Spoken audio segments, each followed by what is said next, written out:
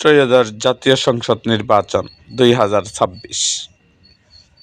কিশোরগঞ্জ সদর হোসেনপুর উপজেলা নিয়ে গঠিত কিশোরগঞ্জ 1 আসন। বাংলাদেশের সংসদীয় আসন 162। এখানে মোট 8 জন প্রার্থী প্রতিদ্বন্দ্বিতা করতেছেন। এই 8 জন প্রার্থী তারা কোন মার্কা এবং কোন দল থেকে প্রতিদ্বন্দ্বিতা করছেন সেই সম্বন্ধেই থাকছে আমাদের আজকের এই ভিডিও। তো চলুন শুরু করি ভিডিওটা। মোহাম্মদ রেজাউল করিম স্বতন্ত্র, প্রতীক মুরক। আহমদ আলী খেলাফত মজলিস, প্রতীক দেয়ালগড়ি। Mohammad Enamul Haque Bangladesh communist party CPP, প্রতীক কাস্তে।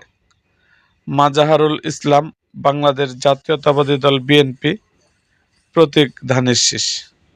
Tarique Mohammad Shahidul Islam national people's party NPP, প্রতীক আম। মোহাম্মদ মাসুদ মিয়া বাংলাদেশ সমাজতান্ত্রিক দল বাসদ, প্রতীক মই। হেদায়েতুল্লাহ হাদি বাংলাদেশ খেলাফত মজলিস, প্রতীক রিকশা। আলাল মিয়া বাংলাদেশ সমাজতান্ত্রিক দল মার্ক্সবাদী, প্রতীক কেচি।